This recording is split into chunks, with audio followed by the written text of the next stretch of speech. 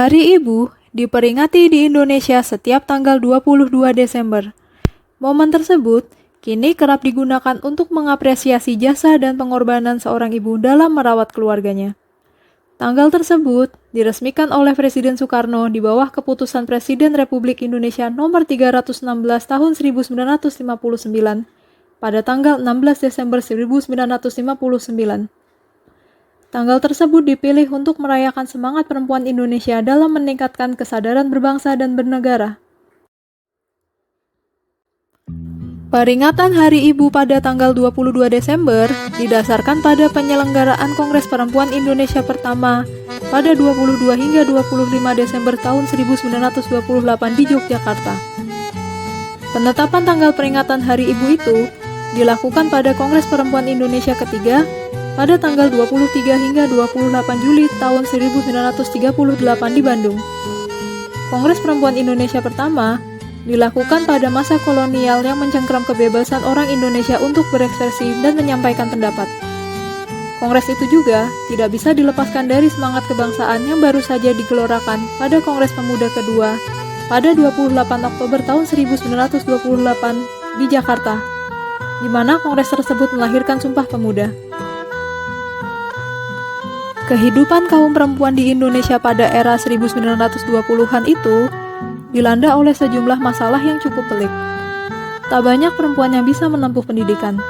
Kebanyakan dari mereka sudah dinikahkan selang beberapa saat setelah mengalami menstruasi pertama.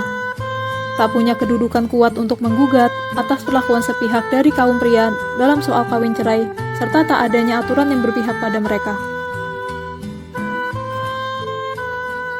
Faktor pendorong penyelenggaraan Kongres Perempuan Indonesia itu tak lain adalah kondisi kehidupan perempuan Indonesia yang masih dikungkung budaya patriarki yang berdiri di atas nilai-nilai feodal.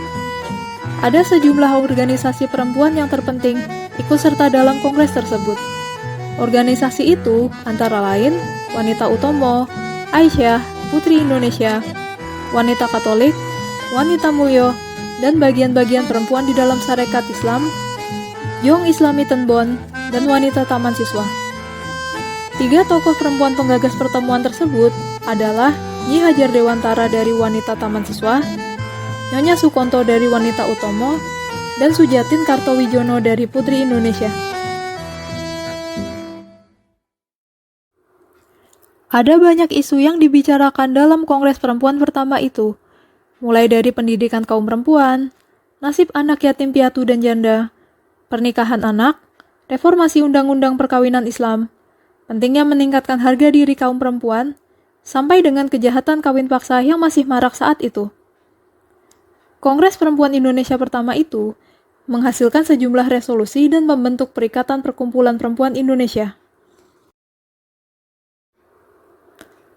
Gerakan perempuan Indonesia pada era kolonial sempat hampir pecah karena adanya perbedaan pandangan mengenai poligami.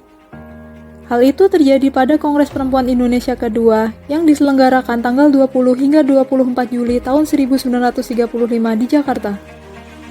Pada saat itu, Ratna Sari yang merupakan perwakilan Persatuan Muslim Indonesia Sumatera Barat menyampaikan pidato bernada mendukung poligami karena dianggap sesuai dengan syariat Islam. Sikap Ratna itu menuai kontroversi. Suwarni Pringgodikdo dari Perkumpulan Istri Sedar menentang pendapat Ratna. Suwarni bahkan memboikot jalannya sidang dengan menyatakan dirinya dan organisasi yang dipimpinnya keluar dari Kongres. Tetapi, hal itu akhirnya dapat dicegah setelah Maria Ufah, yang merupakan tokoh perempuan utama lainnya, mengajukan usul agar pembahasan itu tidak diteruskan di dalam Kongres. Meski begitu, dinamika gerakan perempuan semakin menguat seiring dengan makin bersatunya orientasi mereka terhadap persoalan-persoalan yang dialami perempuan. Perempuan tak lagi berdiam diri atau pasrah menerima nasib yang terjadi pada mereka. Sejumlah advokasi bagi perempuan korban kekerasan dalam rumah tangga dilakukan oleh organisasi-organisasi tersebut. Perempuan Indonesia sejak tanggal 22 Desember memasuki ranah perjuangan politik praktis, yang sebelumnya merupakan wilayah yang tabu karena nilai-nilai tertentu di dalam masyarakat yang tak memungkinkan mereka bergerak aktif memperjuangkan hak-haknya. Meski begitu, Banyak yang mengatakan bahwa penetapan tanggal 22 Desember sebagai Hari Ibu oleh Presiden Soekarno adalah upaya untuk memperbaiki citranya di hadapan gerakan perempuan. Hal itu disebabkan karena ia telah memadu Fatmawati dengan menikahi Hartini. Tetapi, meski terdapat kontroversi, Hari Ibu di Indonesia merupakan tonggak sejarah perjuangan kaum perempuan untuk mendapat posisi yang lebih adil di dalam masyarakat.